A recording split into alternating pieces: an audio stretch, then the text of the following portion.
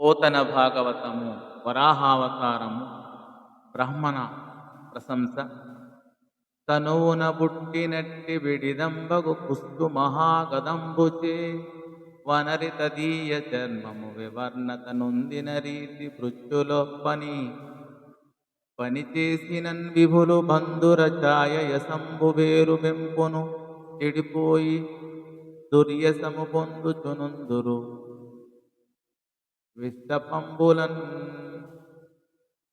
శరీరంలో పుట్టిన భయంకరమైన కుష్ఠరోగం చేత చర్మం చెడిపోయి రంగు మారే విధంగా సేవకులు చేసే చెడ్డ పనులు యజమానుల గొప్ప కీర్తిని పేరు ప్రతిష్టలను పోగొడతాయి.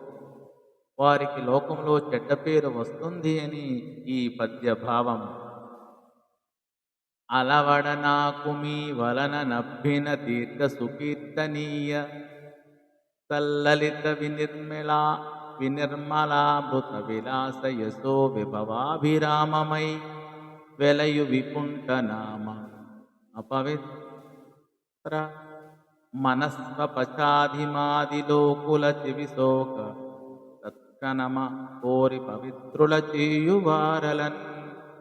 మీ వల్ల నాకు లభించిన పుణ్యక్షేత్రం ఈ వైకుంఠం. ఇది ఎంతో పవిత్రమై పొగడదగినదై సుందరమై అమృతమయమై కీర్తి వైభవంతో శోభిస్తూ అలరారుతున్నది. ఇది తన పేరు విన్నవారిని ఇటువంటి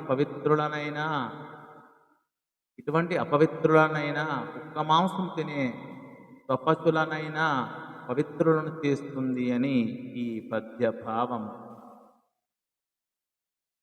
అట్టి నేను తలంపమీ ఎట్టి సాధు జనుల కపకారమర్తి చేసిన మదీయ బాహుసములైన తృంతునుత్సాహలీల నన్ననితరులని ప్రోలనెన్ననేల. అటువంటి నేను మీ వంటి సాధుజనులకు ఉపకారం చేసిన వారు నాకు బాహువుల వంటి వారైనా ఖండించడానికి వెనుకాడను. ఇక ఇతరులను మీ ముందు లెక్క చేయడం ఎక్కడిది అని ఈ పద్య భావం. ధన్యవాదం.